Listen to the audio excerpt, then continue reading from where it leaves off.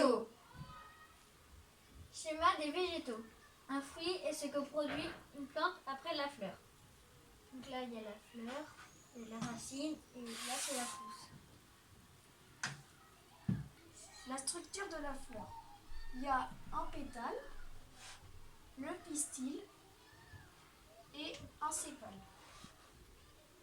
Maintenant, on va voir ce que c'est la reproduction sexuée. Les plantes à fleurs, ils ont tous un organe femelle qui est le pistil, qui contient des ovules. Et lorsqu'ils sont fécondés par des grains de pollen qui est contenu dans les étamines, qui est l'organe mâle, et bien après, on pourra obtenir une graine. La reproduction asexuée. Il y a certains végétaux, ils disposent d'un autre mode de reproduction, donc on dit qu'elle est asexuée, et le nouvel être obtenu est la copie conforme de son unique parent. La reproduction par le bouturage et le marcottage. La première étape, il y a une plante.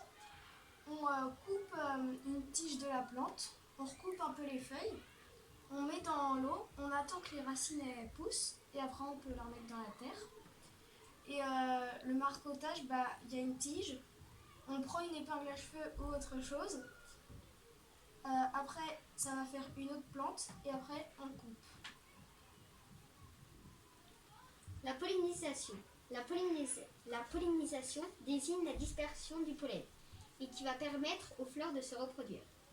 Elle peut se faire grâce à plusieurs manières, grâce au vent, aux animaux, des chiens par exemple, qui récupèrent le pollen en passant, et surtout aux insectes pollinisateurs comme l'abeille et le papillon. Les pollinisateurs. L'abeille est attirée par le nectar de la fleur et elle récupère le pollen. Après, elle se déplace sur une autre fleur et après, elle dépose des grains de pollen sur le pistil et après, les grains germent et forment une graine en rejoignant l'ovule. Quiz. Quelles sont les étapes du bouturage? Que font les pollinisateurs? Fin. On espère que ça vous a plu et surtout abonnez-vous et likez. Au revoir. Au revoir. Au revoir.